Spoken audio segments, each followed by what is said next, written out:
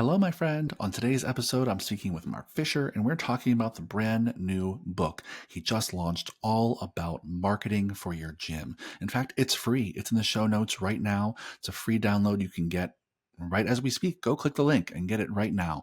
Because in this episode, we walk through who the book is for, how the book is organized, how to use the book to effectively improve your marketing at your gym.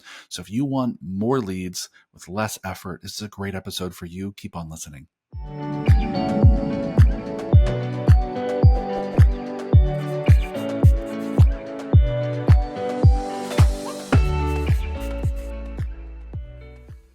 Hello, fitness business nerds. What's up? Welcome to another episode of the Business for Unicorns podcast. Before we jump into with today's episode, I want to let you all know we have some extra spots for our upcoming Unicorn Society retreat in Boston. The retreat is September 14th and 15th. It's a weekend of fun and excitement and learning and friendshipping with me and Mark and Pete and Ben and the rest of the Business for Unicorns team. We also have a special guest star, Kevin Carr from Mike Boyle and CFSC. And so if you want to learn more about this amazing 2 days with us in September and you want to join us with one of our few limited spots, go over to Instagram, DM us the word Boston, or click the link below in the show notes, and we'll give you all the information you need to join us. And Fisher, you're going to be there. How excited are you for Boston? I'm very excited. It's particularly a good opportunity for listeners to find me in a particularly tender, raw, and vulnerable state, as I will be barely a week out of Burning Man. So come see what sort of permanent damage I've done to my brain this year and see if I can put together sentences. That's a reason to show up in and of itself. It's just to see what kind of shape Fisher's brain is in. Yeah. Well, let's switch gears. Let's talk about. Yeah, you'll be able to talk. You're getting on a stage and do great. Let's talk about another exciting thing going on in our world, which is you just recently put out a book all about marketing. So first, congrats, my friends. I know that it takes a lot of work behind the scenes to put this shit together. I watched it happen. And so maybe just start by telling people about why'd you put this book? We already put out so much marketing content. And so why a book? Well, the first thing I should acknowledge, I have come to I've come to an appreciation of the proper name is probably we're going with a working title, Power Pamphlet. It's more of a power pamphlet than a book, because I want something that essentially functions as a super juiced menu, a super juiced checklist that put together all the things you can do to grow your gym and organize them in a way such that you have an understanding how the various tools and systems you could apply fit together in a system so that people can honor the principles of marketing. So it's called the Little Book of Gym Marketing Secrets, and whether the secrets or not also is probably somewhat debatable. So it's really the power pamphlet of gym marketing strategies and systems that you may or may not have heard of. So this was partly, of course, as always, I think, for all of us, right? Partly the reason we teach, I think, is to learn more. And between running MFF for such a long time, the really deep diving we've been doing in Business for Unicorns over the past couple of years, running a 12-week marketing sprint for a bunch of gym owners, and of course, running my gym in New Jersey with Alloy, I have a lot of new ideas. There's a lot of things that I've learned by working with gym owners and see what worked and what didn't, by having to develop, quite frankly, new skills myself, running Alloy out in New Jersey. And what I was longing for, and I hope we value for other people, some way to organize all the things you can do. Because to jump right into one of the most common mistakes I see with marketing for a lot of gym owners is it can often be very scattershot. So if you're doing anything, first of all, that's amazing, because what a lot of people do, and it might be interesting to talk a little bit about my assessments of what MFF did well and bad in the beginning. I'd be curious to get your two cents on this. But in practice, if you're doing anything, that's great. And what I tend to see is when you start to do things, they tend to be very scattershot. Maybe we're posting a bunch on Instagram, but we're not really seeming to get traction, but we kind of feel like we should be there. And then we email sometimes, but not consistently. And maybe the list isn't as robust as it should be. And then your website may or may not make it clear who you're helping. So if you do have people stumble upon your website, they may or may not take action. So I wanted to create some organizing system, and I'm happy to dig in a little bit more about what that is, to organize all these systems and tools. And the last thing I'll say briefly, I actually re-edited the forward. So the nice thing about this being a mostly digital book, that we do have actually a bunch of physical copies that we'll be giving away, hopefully an event soon for you, gym owner listener. But in practice, one thing that became clear after working on the book that I went back in and made crystal clear is the disclaimer is this is not a to-do list for you to do all of these things. That would in fact be a mistake. You don't want to try to do all these things. This is literally a comprehensive guide to everything you could do to grow a gym. And that's cool because if you're looking for ideas, you'll find them in there, but that's bad. That's a threat because you would need 3 full-time people to actually leverage all of these strategies. And being a gym owner, your constraint is always going to be time. The average gym owner is going to have, I mean, if I'm being real, you're going to have to spend at least 3 hours per week on marketing minimum. Maybe if you're a little bit more sophisticated, you've really delegated a lot of things and you can spend 20 to 30 hours a week explicitly on marketing, which might sound like hell to you, but I got to tell you, the more sophisticated gym owners, that's often where they land because leadership and marketing tend to be the 2 things that you really need to hold on to because you got to be the rainmaker and you got to make sure your team is performing well to really fulfill and deliver on the promises you're making with your marketing and sales. Yeah. So that's a little bit about how we got here, how I think the book functions. And I'll say briefly, it's obviously in the show note, right? So you can find the show note or you can go to gymmarketingsecretsbook.com. It's absolutely free. And the digital copies I mentioned, I have been making little tweaks to clarify things over the past month and a half or so to make it even more clear. Yeah, well, I think it was a great summary, Fisher. And I'll say from my own perspective, the real win of this book, which again, Fisher is a free resource you can download right now in the show notes, is that you've done a great job of curating all the information that you know works from firsthand experience. I think one of the things I see gym owners get so frustrated by and confused by is that there's a lot of information out there about marketing. A lot of people who speak with absolute confidence that this way of getting leads is the only way or the best way or the most effective way. And so I think a lot of people just get that kind of analysis paralysis and they just don't know what to do next. They don't do much at all. Yep. Or if they do pick something they don't do enough of it. I'm like, oh, well, I sent 1 email and I didn't get any responses, or I posted 3 times and no one engaged with me. And so I think one of the things that this book really does is make clear that there's a lot of things you can do and you have to build a repeatable system for doing them because once is never enough and you need to dedicate as much time as you can, you or someone in the business, to doing this because it's not something you can do with just a few minutes a week, right? That does require someone's time to be doing this. And we know how hard that is. I think the book is such a great kind of roadmap for proven strategies that if you listen to this podcast or you follow Mr. Fisher at all, if you believe him, you believe that these are things that are real and really work for us and other people. And it's clear that how much time you've got. I think you're really honest in the book about the kind of investment in building these systems that's required. And I think that's so important. Yep, because it truly is comprehensive. And I'll say there are some things in there that I mentioned because I really want this truly to be the most comprehensive resource you can find with every item on the menu you might want to employ. And some of them I think are just not great a lot of the time. So they're in there. But as an example, I mentioned, yes, perhaps creating a podcast could work for a gym.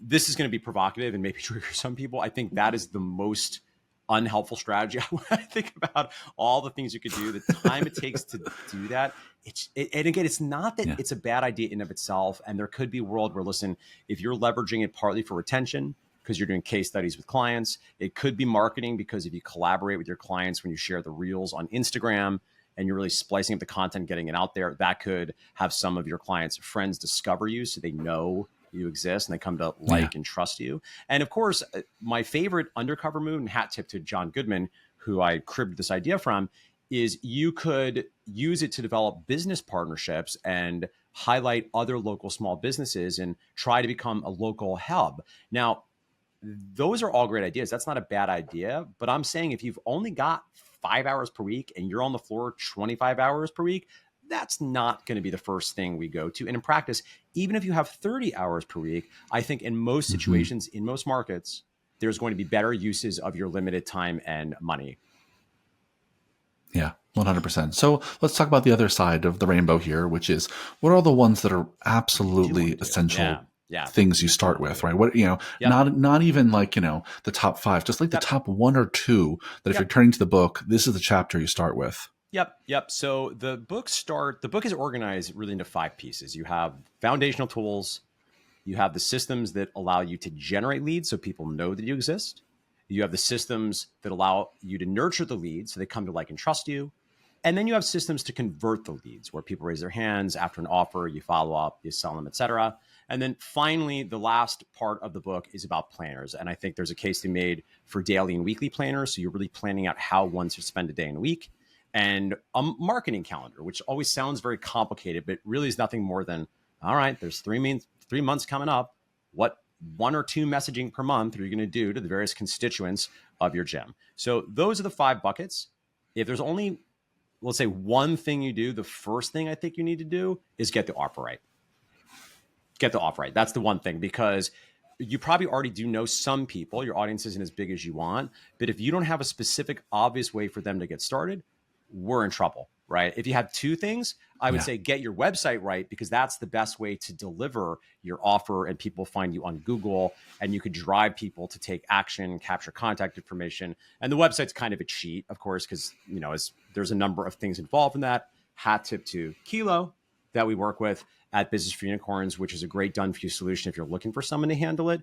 But even the website, if there's no offer, it doesn't matter. Yeah. And I'm happy to give some more thoughts on what offers work or not. But regardless of what you do, there has to be some clear, obvious thing for somebody that's interested in maybe doing something with you to get started. You got to start there.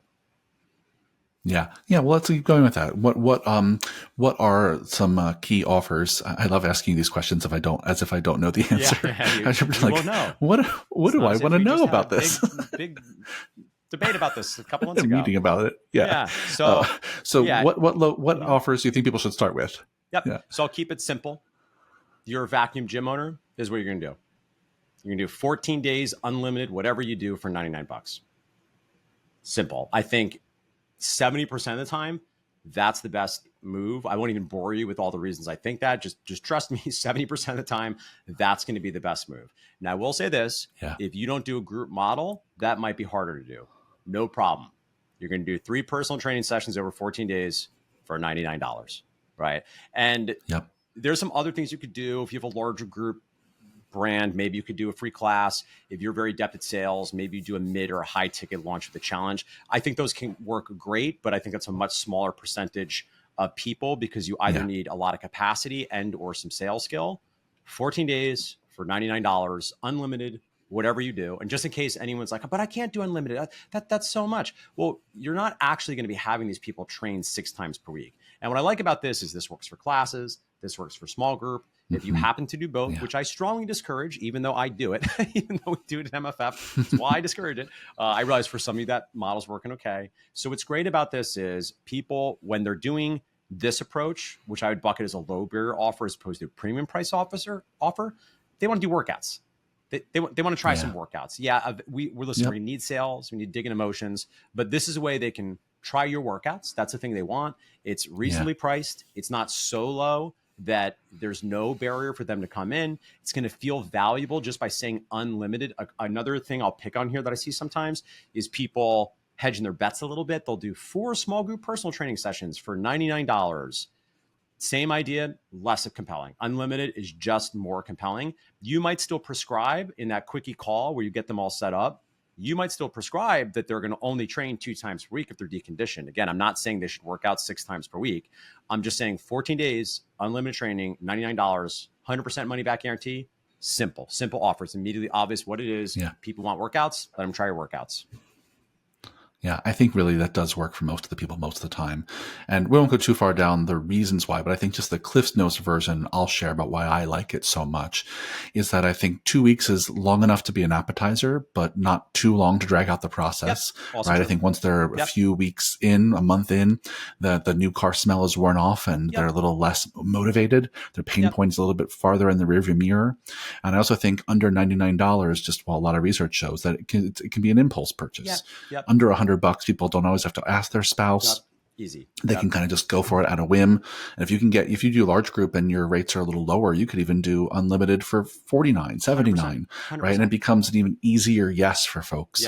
And so I think that just gives a little bit of context to like why we think that recommendation is just so strong. Yeah.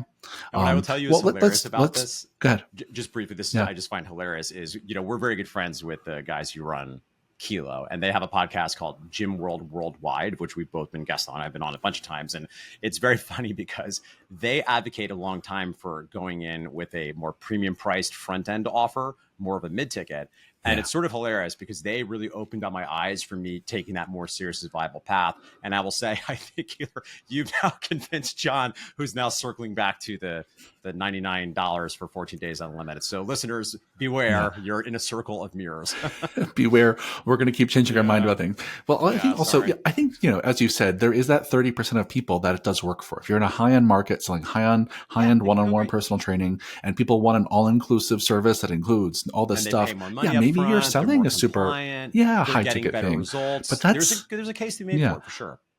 That's just not most of you listening. Like most of you listening are just not in that category. And you got to be good at sales, for right? sure. You got to be able to kill on the phone. That's as much as, very nerdy listeners that are aware of the 6-week free challenge that a lot of people complain about. They're like, that's unethical. It's a bait and switch. And listen, it's not for me, but I think anybody that is serious about the business of gyms needs to think about why that was so impactful. And here's why. Because you're combining both the benefit of a super low barrier offer with a higher ticket program where now they put the money down. So the free piece means lead flow is going to be very high. And then the money up front means they're getting the benefit of a premium priced offer, which is you can really coach the shit out of them. You can give them the types of results over 6 weeks that get sticky, and they've got skin in the game. They've given you money, so they're actually going to be compliant. That is, I think, a fair criticism of the problem. It is a fair criticism if your barrier gets too low. It can work, but it just becomes more of a volume game, and you're going to get more people ghosting you. That's why on the far extreme on the other side, it's not wrong, I don't think, to have a free offer. Again, people shit on them, but I think anything can work. The challenge of a free offer is you just need a lot more lead volume. You need to do a lot more following up. And most gym owners don't have the bandwidth to do the sheer amount of follow-up required for people that have that little of interest and commitment. Yeah. Let me ask you this about the book. If there's anything in the book that you think would be most surprising to our listeners, are there any strategies or ideas that you are like, you know what, this is something I think people will be maybe pleasantly surprised by? What is it? Well, I think it's something that they will be sad about. They will be sad. They won't be sad about it. Great, the opposite. Like, that's why I was like, maybe pleasantly surprised, but at the very least, surprised. I think this, and this comes from, again, my personal experience with the gym in New Jersey.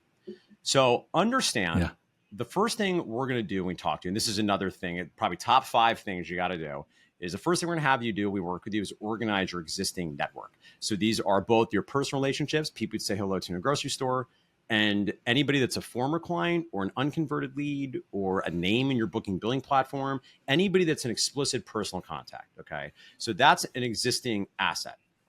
Another thing we're going to do relatively early is start figuring out a system to make referral asks of your clients. So these are both great. And Mark Fisher Fitness, this was kind of the whole game for us in the beginning because this was pre-digital ads. So one of the things that we did well is we took a very large contact database. I had personally trained a lot of people the year before we officially opened up the space, and we did have some offers, right? So the challenge that here's why this was like, oh no. So let me real talk with you, because again, I've seen this happen with a lot of gym owners.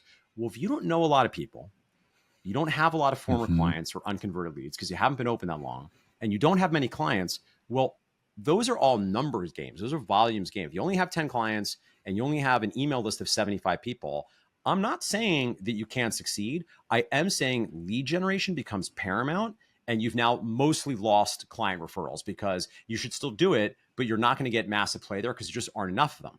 Well, now we have to just generate the leads. Now, paid digital is an important pillar for a lot of people. Certainly for a mature gym, at a certain point, you need that extra gas. You need that higher lead flow, but it is true that it is expensive.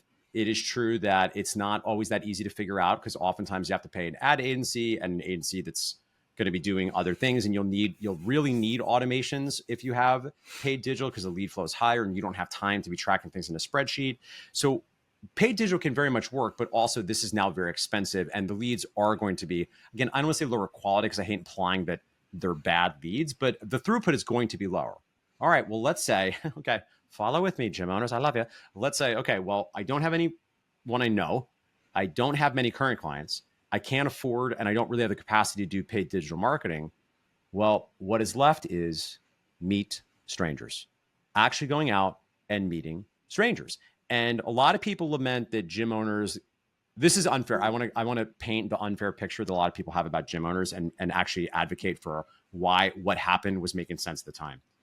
So a lot of people speak on the fact that 2016 to 2018, 2019, a lot of gym owners lost any skill, any muscle memory of going out and meeting strangers in person, in flesh, because they could just press the buttons. Well, I want to make the case that, yeah, it would be dumb to have done anything else at that time. But far and away, it was when you actually understand how cheap it was and how relatively easy it was to convert leads at that time, that's actually what you should have been doing. It would have been silly to stubbornly spend a lot of time going out there and talking to strangers because it was just so much relatively easier at that time to convert those leads. And the price point was much lower. This is now a different era. So what this means is gym owners need to regain the muscle memory, which, by the way, before the land of paid digital, this was always a fundamental strategy. And I think of this as two different ways of meeting strangers. There's one-on-one meeting strangers, which you can do by literally going into parking lots. You can do this by talking to people online for coffee.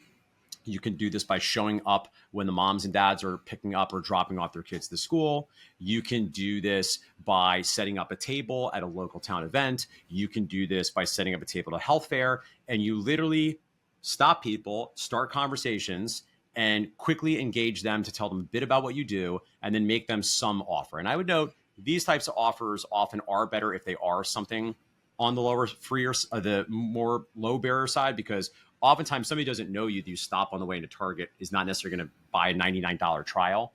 But if you offer them 2 free sessions on the way to doing the trial, that, although it complicates your funnel, I think does make some sense. So you have one-to-one, hand-to-hand combat. Your other option is business partnerships. Now, business partnerships, I think, are super powerful. But the thing that I've come to understand is, on average, and I'm making up these numbers, but this feels directionally correct, 1 out of 20 business partners will be fruitful. So if you want 3 good business partnerships, you have to meet 60 businesses. So is that worth your time?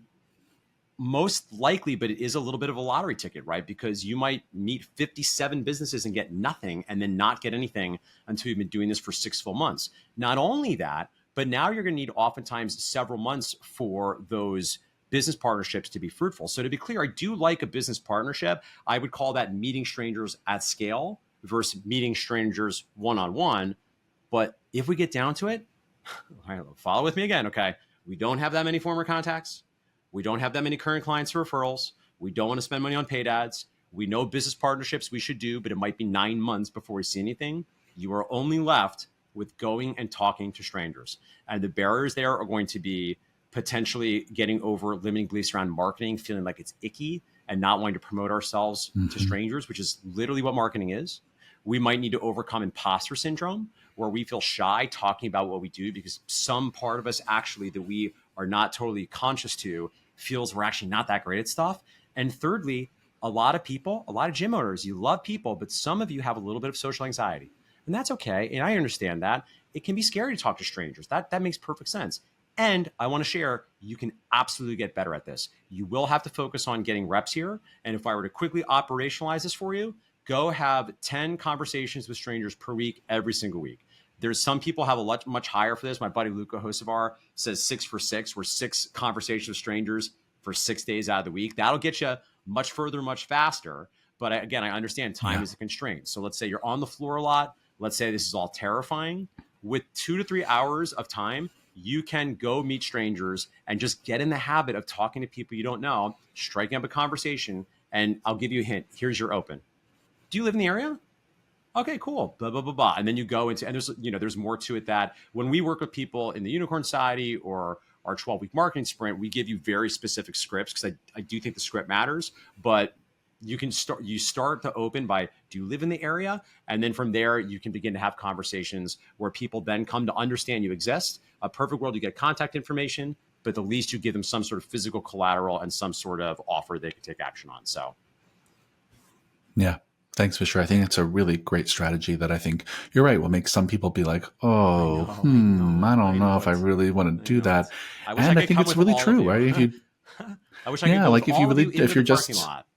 If you're just getting started, you don't have a ton of clients or a ton of leads. If you have any of those things, you already have a ton of clients or you have a great list of past members, then there's other strategies in this 100%, book for you. 100%. But if you don't have any of those, you're just starting, you have to get out in the world and let strangers know you exist. And to all of Fisher's points, that might be uncomfortable, but it really is the way it used to be done. Speaking like the old man that I am.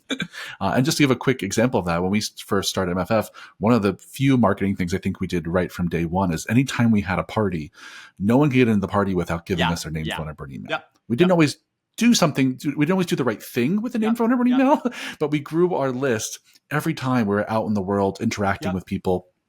We literally back then had postcards at the door people would fill out and put into a box. But we would leave some events with 25, 50, 75 postcards of people who came and gave us name, phone number, and email. So it's, we did the face-to-face hustle before anything else. And we know it can be fun and can also be uncomfortable. So I think it's a great lesson to leave everyone with on this podcast. And I'm sure we'll be talking more and more about the book. So let's leave it there today. Fisher, remind people how to get access to the book and where to start. Yes. You can go into the show notes, and if for some reason it is not available to you because you're working out or driving a car, then just remember gymmarketingsecretsbook.com. And again, it's totally free, instant access. Go ahead, put in your name and email, and we'll Zoom it to you. And I think you will like it. I think you'll find it valuable. Yeah, for sure. And if you want to come talk to us face-to-face about this book and so much more, join us at our Boston retreat, September 14th and 15th. Go click the show notes or DM us on Instagram, the word Boston, and we'll send you all the info. Thanks for a great conversation, Fisher. See you on the next one. Bye.